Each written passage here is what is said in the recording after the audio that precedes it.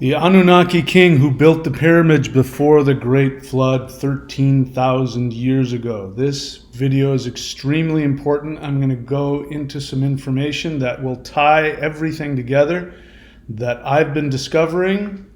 It's going to blow your mind. It's already blowing my mind.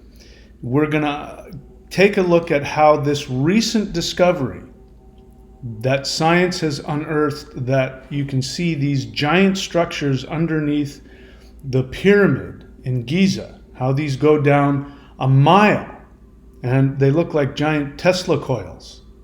What that has to do with a bunch of stuff we're going to talk about, including, you can see here, this is an etching, a very minor etching within the Great Pyramid. This is in the King's Chamber. I'm going to be talking to you about how important that is, because what you find out from here, this gentleman here, I'll leave the link for the video where I grabbed this screenshot. This information that he goes into proves that the pyramids were built 12,800 years ago. What have I been saying? I've been telling you the pyramids were built 13,000 years ago, that the flood and all of that happened then. But it gets even crazier than that, because we're going to be talking about the king in ancient historical records who built the pyramids before the Great Flood and why he did it. And I didn't know about this. It brings together everything that I have been trying to understand as I have been given information in my meditations from Pleiadians, among others, who have been telling me about stuff that I didn't know anything about.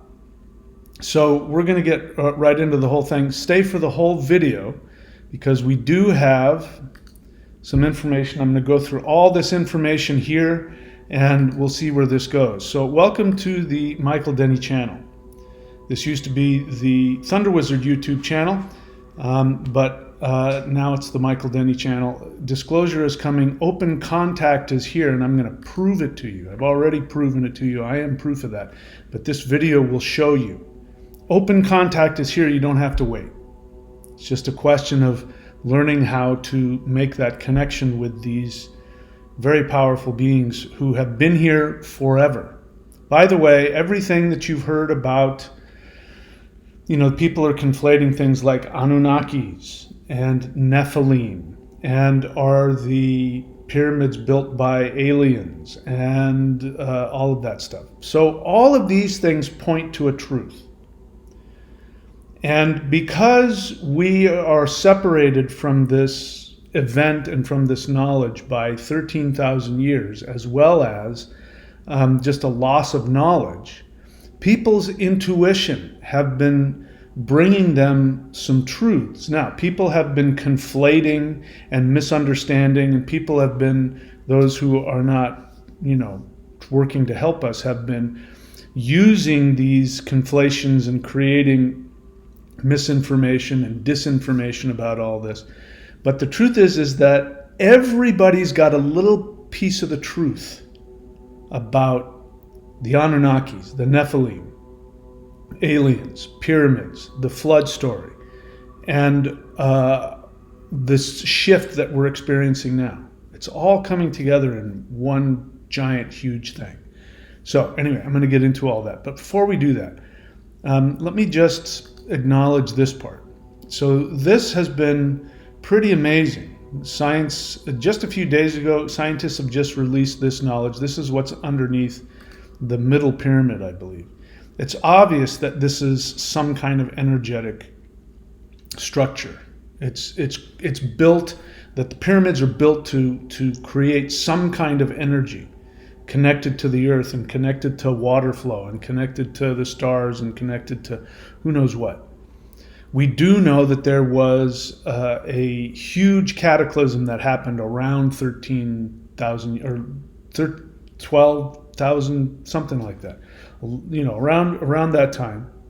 There is evidence within the Great Pyramid that there was an explosion, which and that there's water. So there was water in there and an explosion, and so something happened that broke whatever this thing was. By the way, I have links below for all of these things that I'm going to be referencing today. So we're going to get into this. You don't want to miss this one. You want to watch this video. If you like what we're doing here, like, subscribe, hit the notification bell. That's really important so you'll know when I'm uploading. All this stuff helps for the algorithm. We need to get this channel boosted because of the information that is coming through here. So let's see. Let's just go ahead and get started with the list that I'm working with here. Is that it? No. Must be right here. Yeah. All right, so we're going to talk about the king whose name was Surid, according to this historian. He was the pre-flood king who built the pyramids to protect human knowledge from the flood.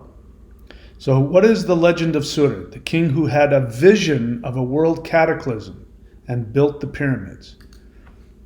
I'm going to read the historical account, and then I'm going to tell you why I think this is such a huge deal for me personally.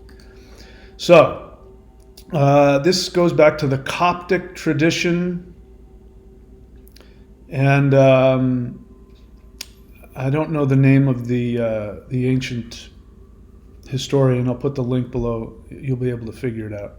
But anyways, here's the story. That one of the kings of Egypt before the flood built the Great Pyramids, and notwithstanding they were subsequently named after, blah, blah, blah, I don't know what any of that means. On account of the powers which the Egyptians possessed by means of enchantment, the reason for building the pyramids was the following dream, which happened to Surid 300 years previous to the flood. It appeared to him that the earth was overthrown and that the inhabitants were laid prostrate upon it, that the stars wandered confusedly from their courses and clashed together with tremendous noise. The king, although greatly affected by this vision, did not disclose it to any person, but was conscious that some great event was about to take place. Soon afterwards, the king had another vision, which so much alarmed him that he repaired to the temple of the sun, where with great lamentations he prostrated himself in the dust. Early in the morning he assembled the chief priests from all of the nomes of Egypt, 130 in number. No other persons were admitted to this assembly. When he related his first and his second vision, the interpretation was declared to announce that some great event would take place. The high priest, whose name was Philemon or Iklimon, related a dream which he had had a year before, in which the firmament descended till it overshadowed him and the king like a vault, and they sat upon the tower of Amasis.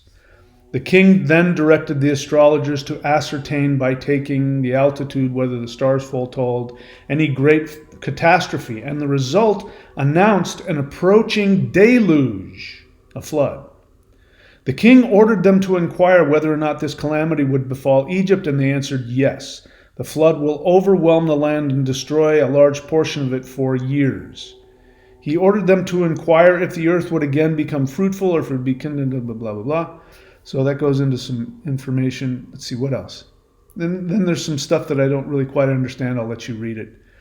There's some other interesting things. He says subterraneous channels were also constructed to convey to them the waters of the Nile. He filled passage with talismans, with wonderful things and idols, with writings of the priest containing all manner of wisdom, the names of properties of medical plants, sciences, arithmetic, geometry. They all would remain as records for the benefit of those who afterwards could comprehend them. After describing the construction of the three pyramids in the eastern, blah, blah, blah, blah, blah. Anyway.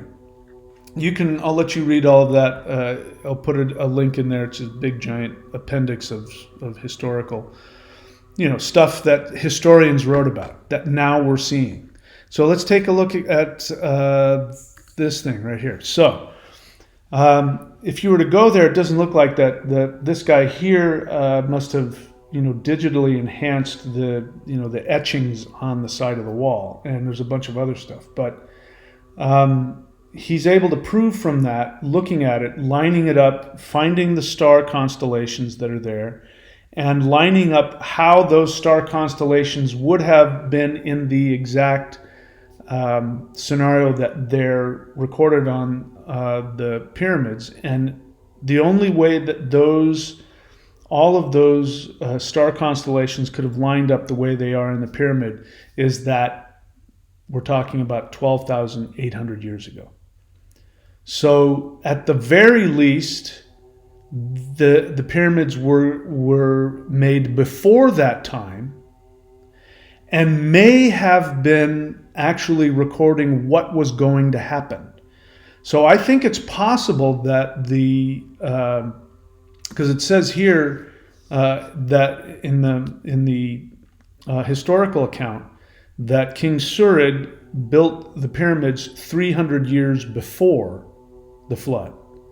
So that means he at least had knowledge of it 300 years beforehand, and that's why he built the pyramids.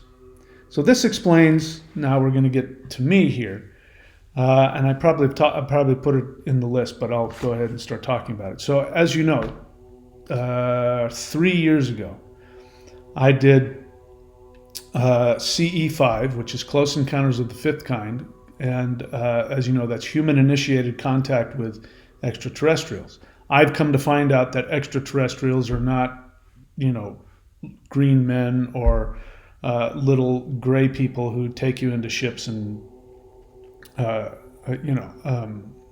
experiment on you and abuse you, as you have been told. They're actually higher dimensional beings.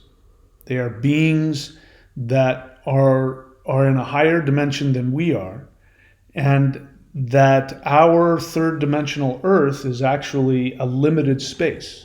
It's a space only for very powerful souls who come here to learn how to connect to the soul on a much deeper level. That's why Earth is such a challenging place to live. And as you know, from the very beginning, I didn't believe in these beings at all. And it didn't even dawn on me. I didn't even know anything about higher dimensions. I didn't know anything about any of that. I was thrust into this reality very quickly, and these beings started communicating with me. And among other things, they started telling me about something, having to do with me being a very powerful king in times past. And it didn't make any sense. It drove me crazy. I thought I was losing my mind. And it was just knowledge in my head, because they told me, you were once king of planet Earth and blah, blah, blah, and you're very important for the shift. We need your power to shift into the, just absolutely bonkers, crazy stuff. And, I've shared all that stuff with you, and I've tried to keep my sanity. And a couple of months ago, maybe more than that, maybe 4 months ago, some Pleiadians showed up, and they wanted to talk to me. And they started telling me that I was, in fact, a very powerful king of Atlantis, and that I was responsible for the flood destroying the world, because they and I had been working together and I had been taking advice from them, and they'd been sharing their technology with me and with my priests and with my technicians and all of that. And we had a very advanced society anyway, so we were working together with them, and we came up with the pyramids specifically to create a power generator that would keep the Earth, like send energy all around the Earth and keep the Earth at a higher frequency, because I knew that we were going to go into Kali Yuga and that we were going to lose our spirituality. And so at first when they told me this, a bunch of memories came up because a bunch of other stuff happened. There was a war and some nasty high-tech weapons came out, and it was really awful and horrible. And thankfully, I don't remember any of that. But they told me about all of this. And again, at that point, all of this stuff was just knowledge, just intellectual knowledge from the telepathic communications. But when the Pleiadians told me the story of how we were working together and we gave you technology and we helped you with that, we were your advisors, and you didn't listen to us when we told you you had to dismantle the technology. That's what helped to create the scenario that you're in now. That you have the world is actually being controlled by a small group of extremely rich, powerful people who are enslaving the entire world and creating weapons of mass destruction, and I understand now have been at war with extraterrestrials for 13,000 years.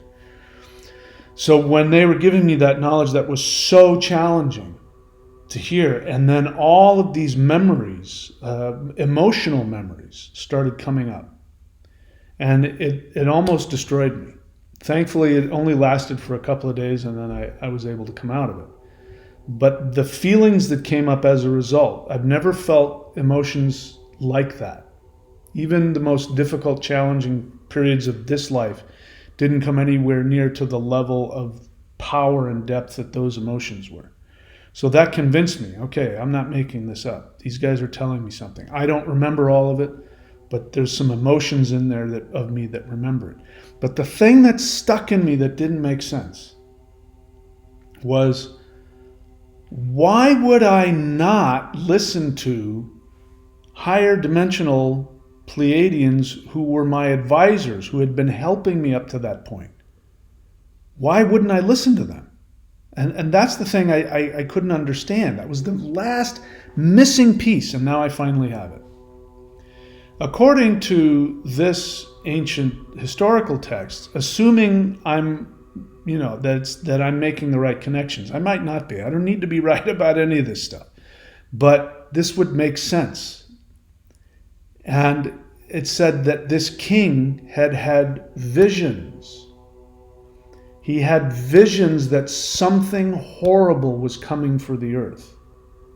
And as you read it, it was so traumatic for him that he prostrated himself in the dust and brought all of his priests together. And they looked at the stars, the astrology, and looked at what's going to happen. And they all came to the conclusion. And one of his priests had also had a vision.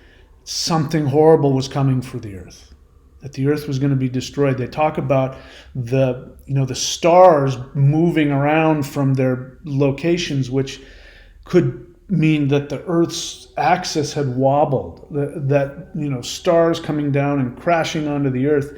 That's exactly what happened. That there were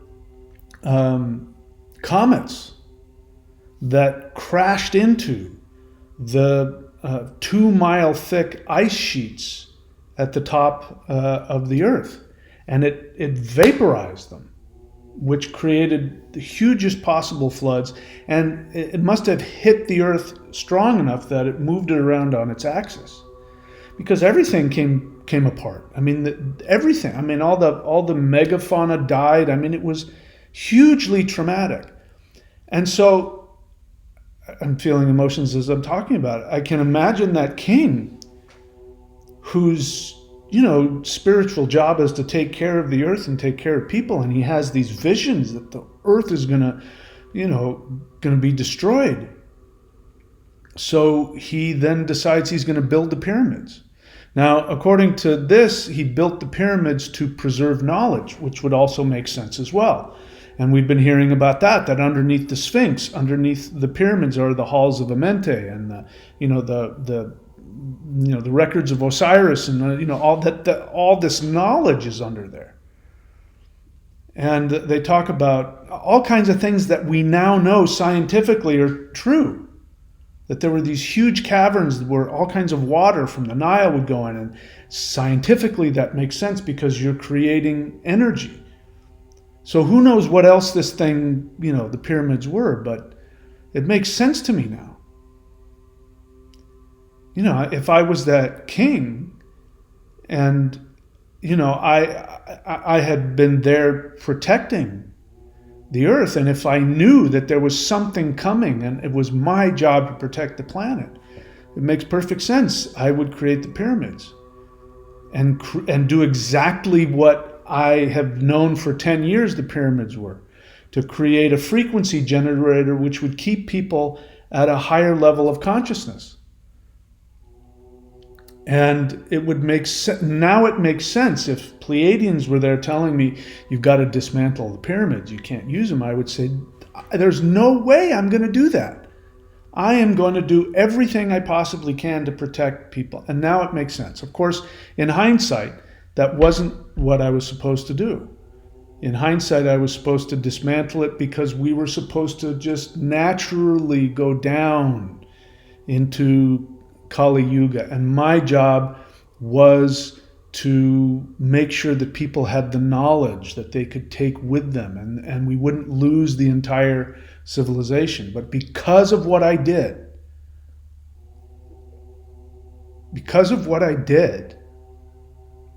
people started losing, by 12,800 years, people were starting to lose their connection because we were leaving Satya Yuga and going down. And so I had created an artificial frequency, and people wanted that.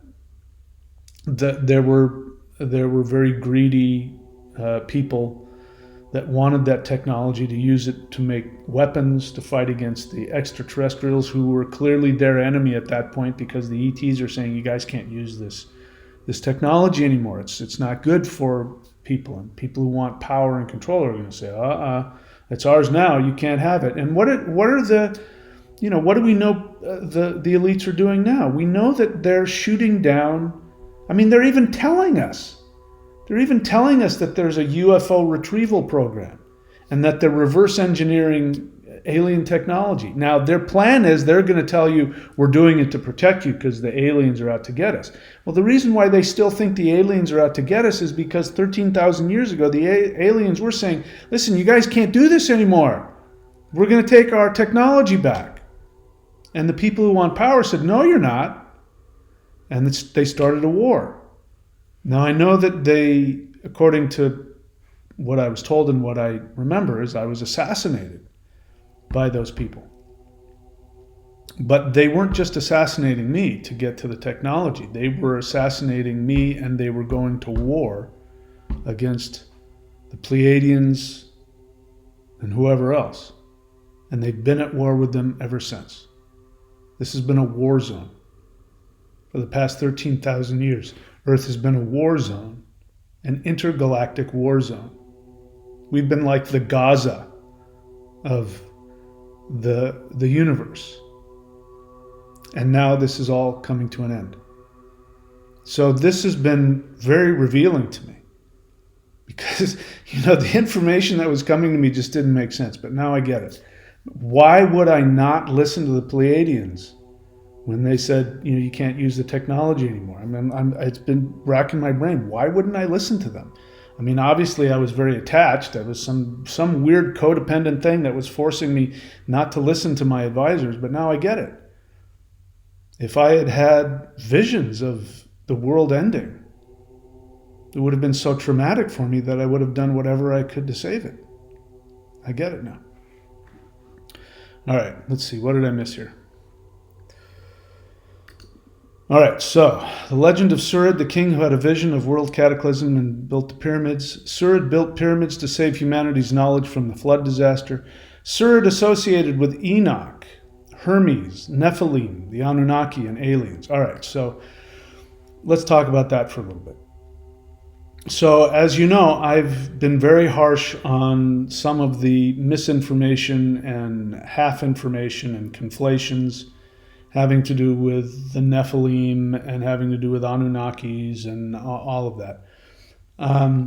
But the truth is that, these beliefs persist because we as humans have like a DNA knowledge of all of these events and the trauma that's in there. And so unfortunately, we project from our ignorance and our fear and our trauma and our memories, our ancient spiritual memories, because the human race remembers when this all went down. And the human race remembers when the Dark Force elites assassinated me and took over. They absolutely filled the world with fear against ETs and created, false nonsense about them. So that made its way eventually into the Bible, which we're not going to talk about that. The Bible is not a historical document, but the legends, which are based on people's fears and conflations and the lies that they've been told, which reaches into our third dimensional experience.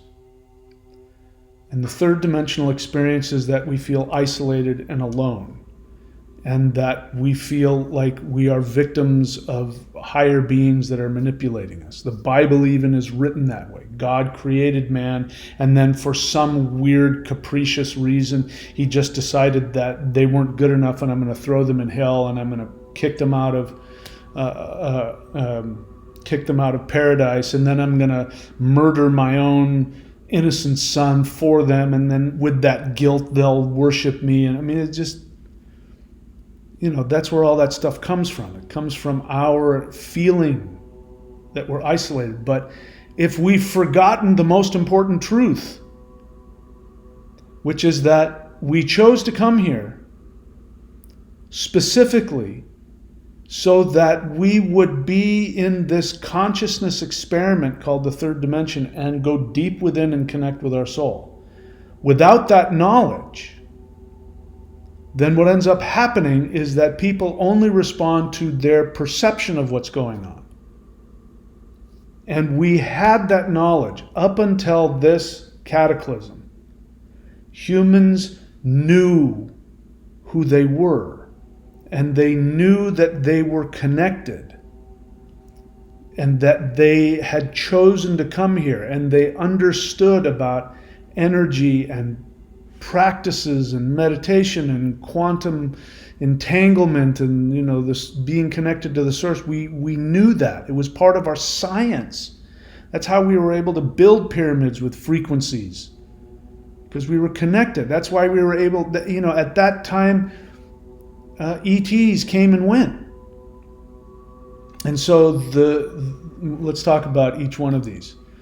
So Surid is associated with Enoch. So Enoch is supposed to be in the Gnostic tradition. Enoch is, or in the old whatever, Christian, Judaic, whatever stuff.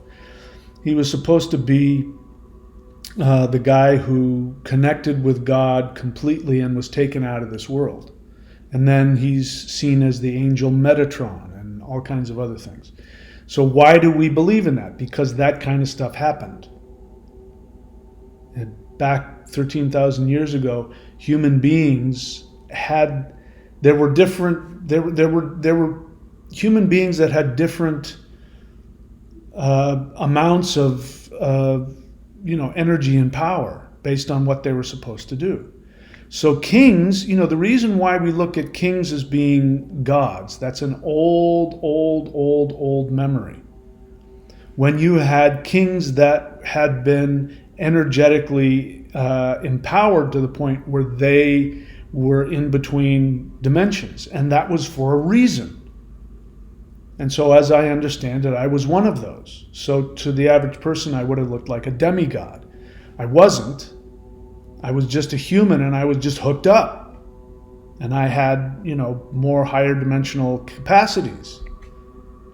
And so that over time gets turned into the Nephilim, who are supposed to be humans that are half angel and half human, and they're giants. Well, they weren't giants.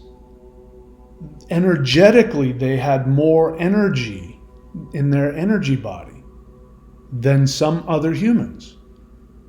So energetically they were giants. But what I came to learn was that that is something that is given to somebody based on their role, their dharmic role, what they're here to do. So if somebody has a dharma, a destiny to be a powerful king, shaman, whatever, way back then in 13,000 years ago, that person would be given huge amounts of energy, but he and or she knew what it was. And of course, people respected that. But it was told to me when they started telling me, that I had been king of Earth, and they started telling me other things, other crazy things about, my spiritual powers and destiny. I'm like, I don't understand this, and I was struggling with it because it sounded to me like if I believed it, that I would be buying into some really narcissistic ego stuff where I would have to believe that I was superior to other humans, and then one being came to me and said, "You don't understand. These are temporary titles that are given.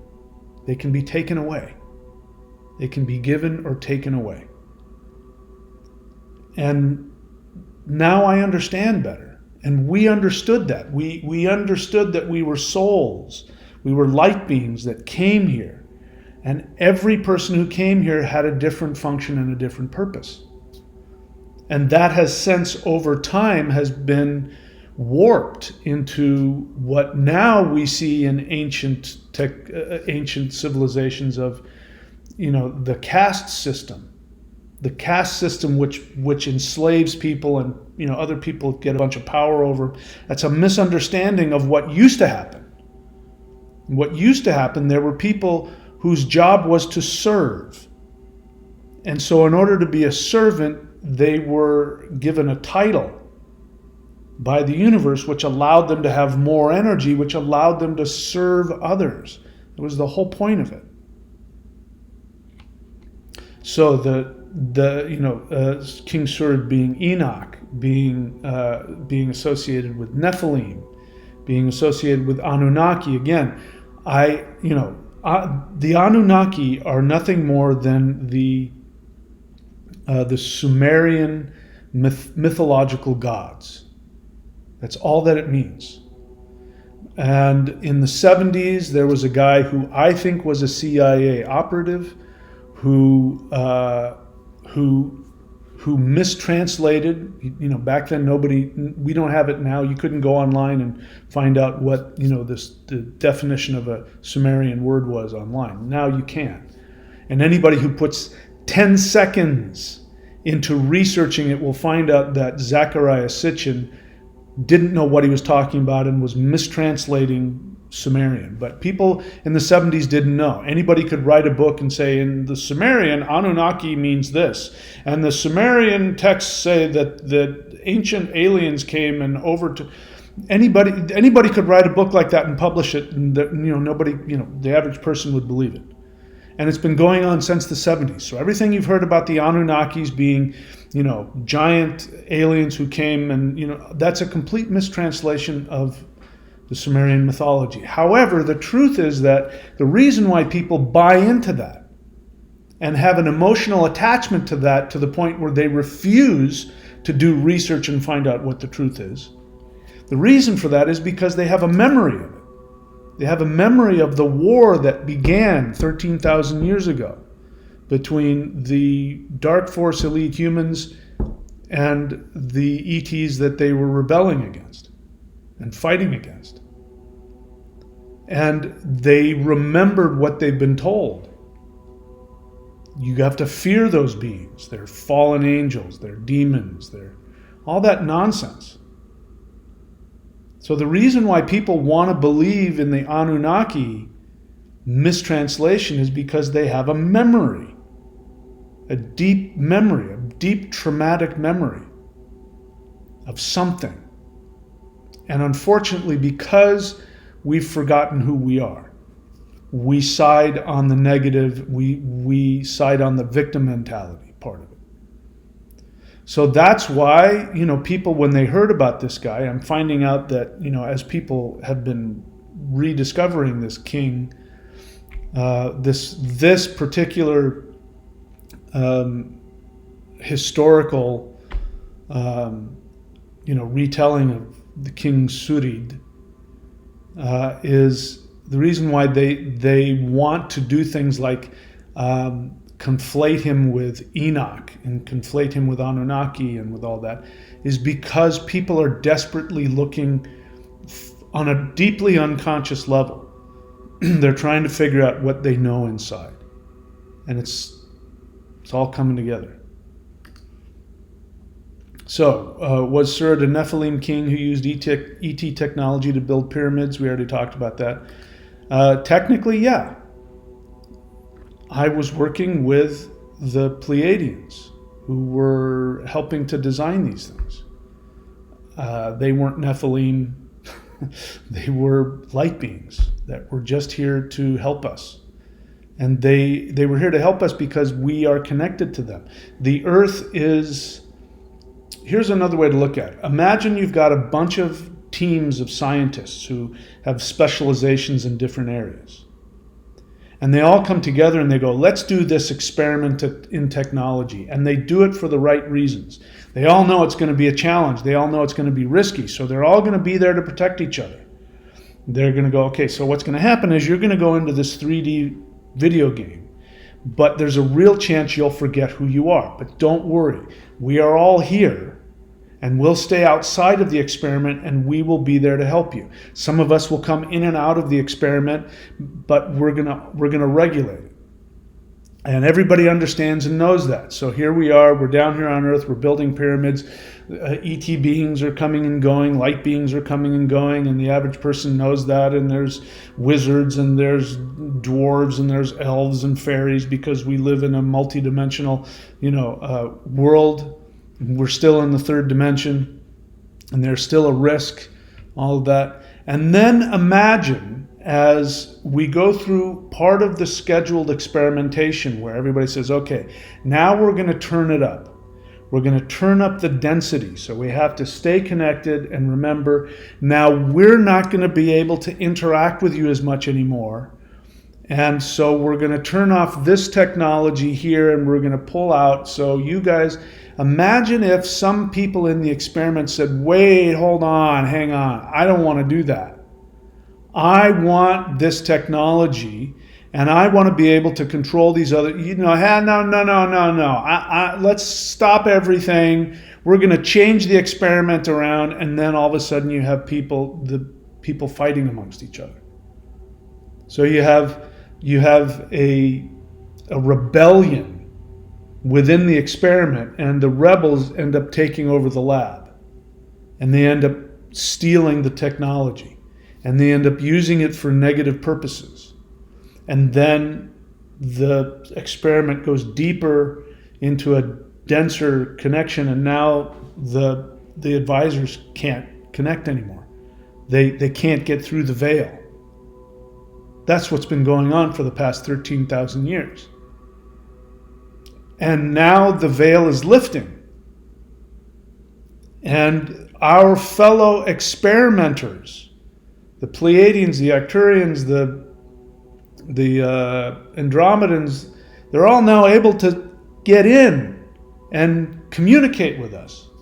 And that's what's happening. That's what CE5 was all about. Dr. Greer may not have any idea, maybe he does, how powerful and important he was to give us a methodology to create connections, to continue to open up our connection to higher dimensions again as we're coming out of Kali Yuga. Is all this making sense now? It's making a lot of sense to me.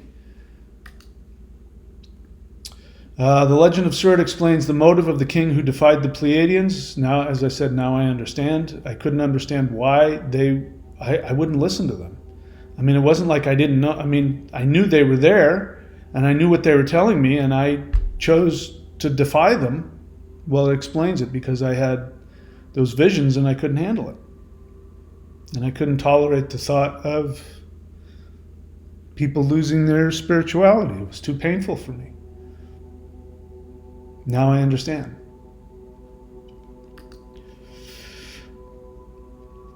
If I understand what the Pleiadians told me, this explains why I didn't listen. If true, this may indicate that the pyramids contain the secrets of 5D Earth. So there's no coincidence for me that as we're starting to head into this awakening, that we're now starting to have these revelations of, that the pyramids are these giant, energy capacitors, and that, other people are starting to notice, these kinds of things in the walls of the pyramids, which clearly indicate that it was built 12,800 years ago, or that at the very least the date of 12,800 years ago was being memorialized for a reason, right? Now it's all starting to make sense, and we haven't known this. I mean, no Egyptologist has seen these in the walls. They've just been pulling things out of their rear end, and or the dark force elites knew it and went in there and said, here's the story you're going to tell. That a bunch of guys in diapers ran around with ropes and pulleys and were able to pull 2-ton giant blocks of granite up 1,000 feet. That makes sense. What else? Where was I?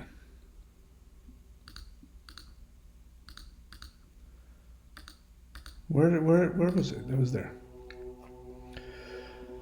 If true, does this mean that the pyramids will be opened and usher in 5D Earth? So according to these ancients, the pyramids were also places where King Surid put all of the knowledge, all of the spiritual knowledge, underneath the Sphinx, underneath the pyramids.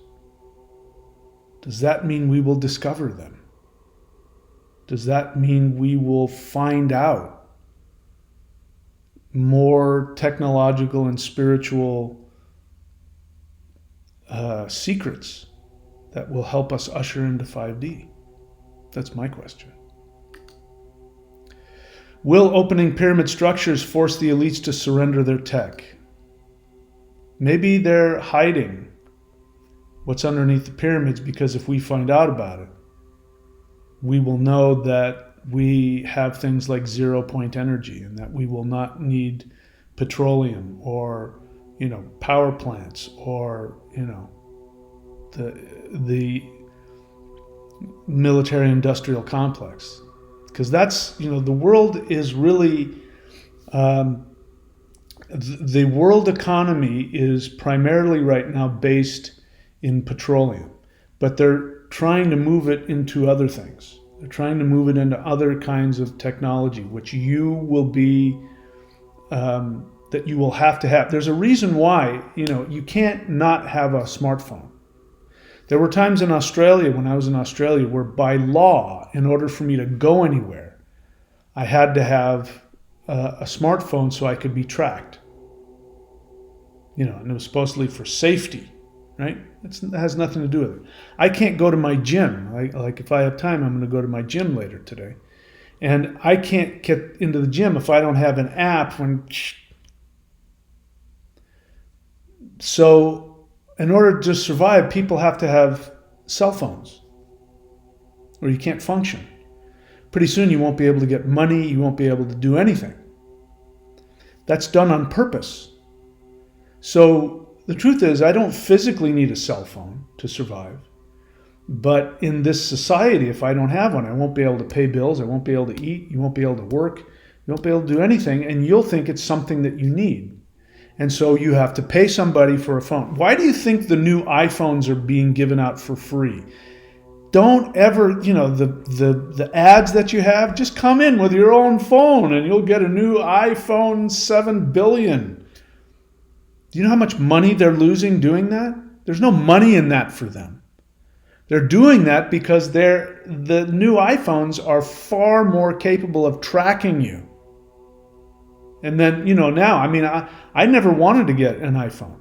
I had to at some point. And then I had one, 13 years ago, I got one and I kept it for as long as I could. And then I tried using it and I had to get a new one because otherwise none of the apps would work. I couldn't drive. I couldn't function. I couldn't go to the airport. I couldn't, I couldn't do it. That is put in there. So, first it was, you had to have a car to get around, and then the petroleum companies run everything.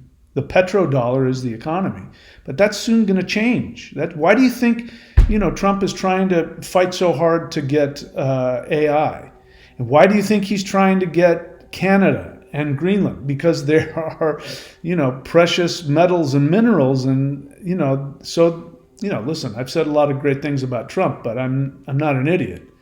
He is, at the end of the day, he is, a billionaire. And he's, even if I give him the benefit of the doubt, he thinks that, we need to have all this stuff because the economy is going to be run on how much, we can control you.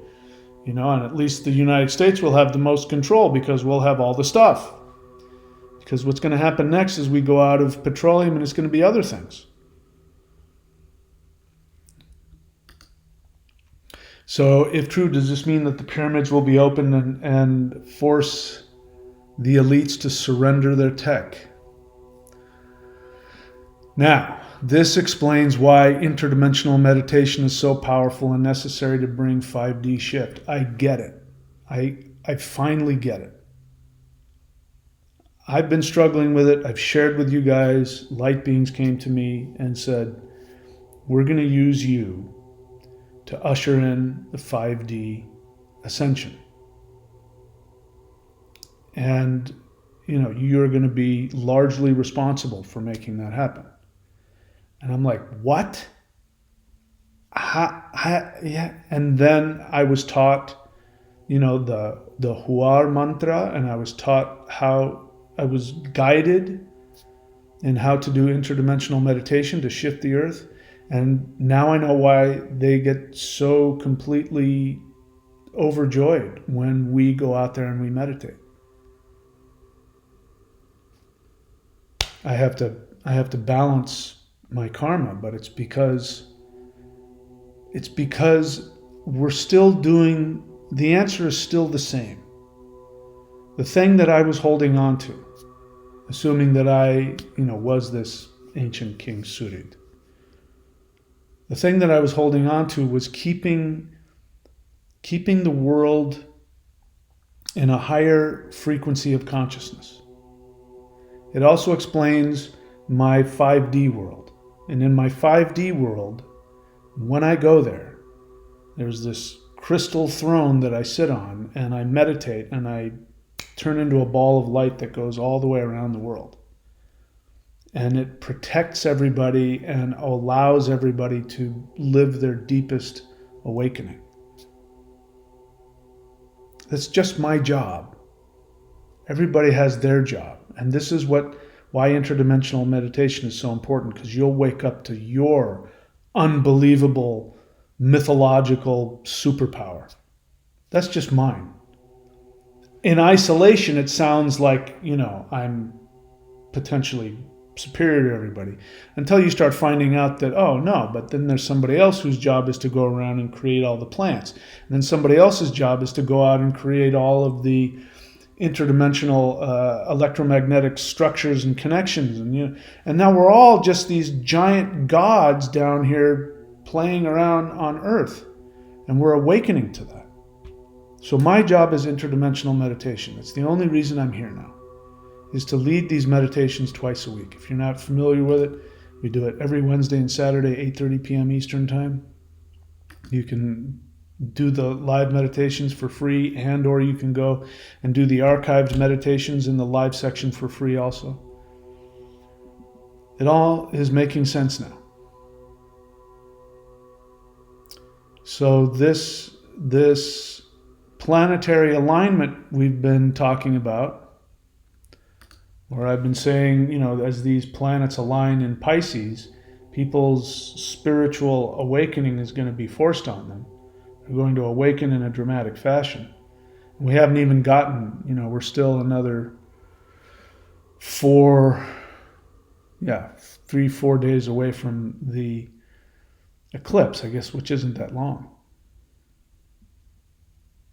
So it'll be interesting to see what happens, but it's all starting to come together and make sense. It's time for us to grow up. For me, it's time for me to get out of the, oh my God, I don't understand. This is too much. I'm just a human. And it's time for me to grow up. Nope, I'm a light being like everybody else, like all the light beings that interact with me.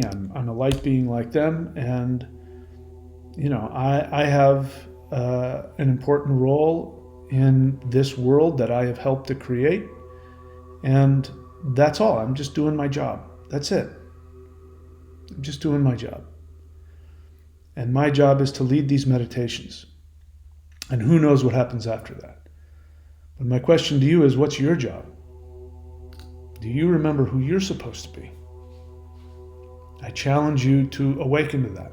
And for people who are attached to this 3D world, it's going to be a very difficult and traumatic, violent awakening. It's going to be very challenging. So I encourage you to make it less challenging on yourself by doing the work to awaken. And that's what I'm here to help you with.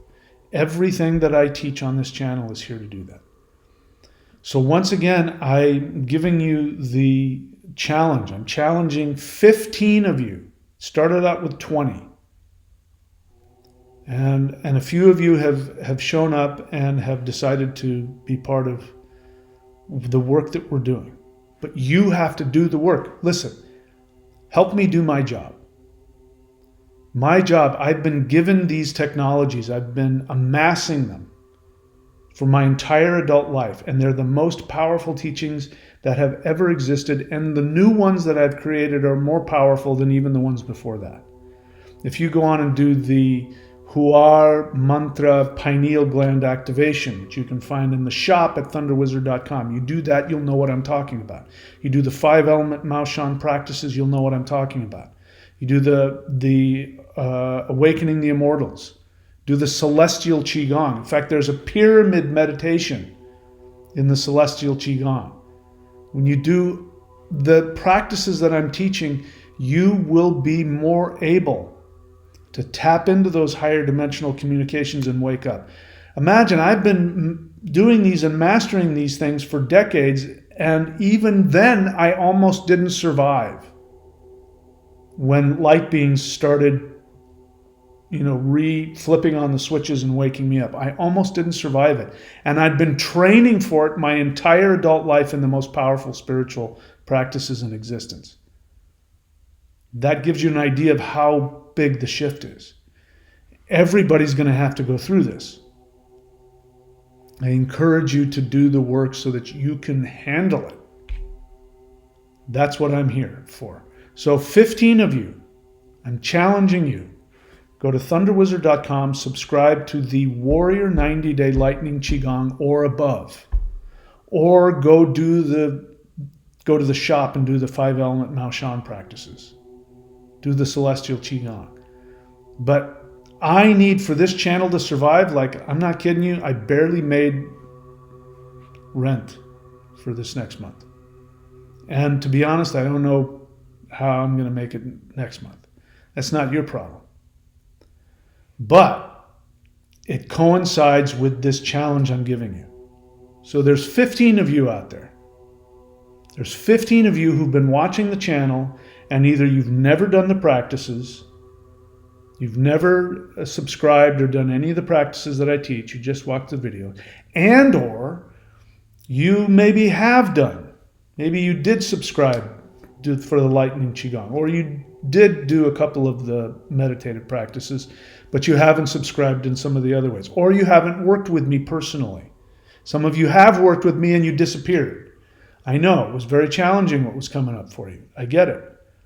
But I'm challenging you. There's 15 of you who need what this channel offers. And this channel needs you in order to survive, in order to stay giving out this message. We need you.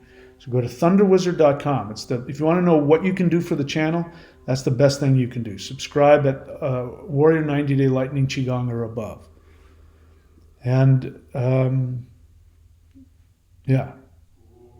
Okay, I'm all done. Thanks, guys. Powerful stuff. I'll put the links below. We'll see where this all goes. I appreciate you all. I love you all, especially those of you who are doing this. The most important thing any of us can be doing right now is to be doing this. These live guided meditations are saving the planet. So I thank all of you who are doing that. All right, that's it for me for this video. Take very good care of yourselves. I will see you all very, very soon.